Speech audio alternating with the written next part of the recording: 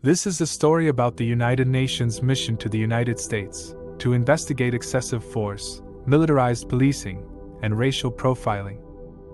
This is a story about a United States government who is being called on to do more to address human rights violations in their territories. This is a story about the effects of racial inequity dating back to the creation of the United States, and the legacy still prevalent today.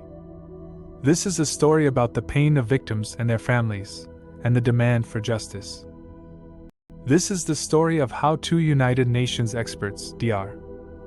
Tracy Kesey and Juan Mendez, conducted a historic 2-week tour of the United States to investigate and fight law enforcement's discrimination against Black people. The pair visited 6 major cities, each holding personal stories of suffering and injustice, like when they met with the mother of Amir Locke, a young Black man who was killed by law enforcement in a Minneapolis suburb. It was a harrowing experience for the UN experts, particularly when they learned that the lack of nationwide data makes it almost impossible to identify if a police officer has prior records of misconduct or excessive use of force.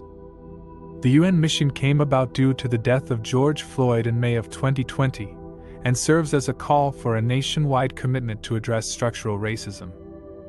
The experts are calling for a whole government approach more than just a slogan or calls for reform, as well as a dramatic reduction in the use of solitary confinement, the abolishment of isolated incarceration of children, an end to racial profiling in policing, and the rooting out of white supremacist law enforcement officers. The UN mission is bringing the global spotlight on America's continuing discrimination against Black people, with the hope that domestic and international pressure to end police brutality here in the United States will finally bring about the change necessary for true racial equity and justice. This is the story that needs to be told. This is the story of how the United Nations is here to hold the United States accountable and bring us one step closer to racial equity and justice.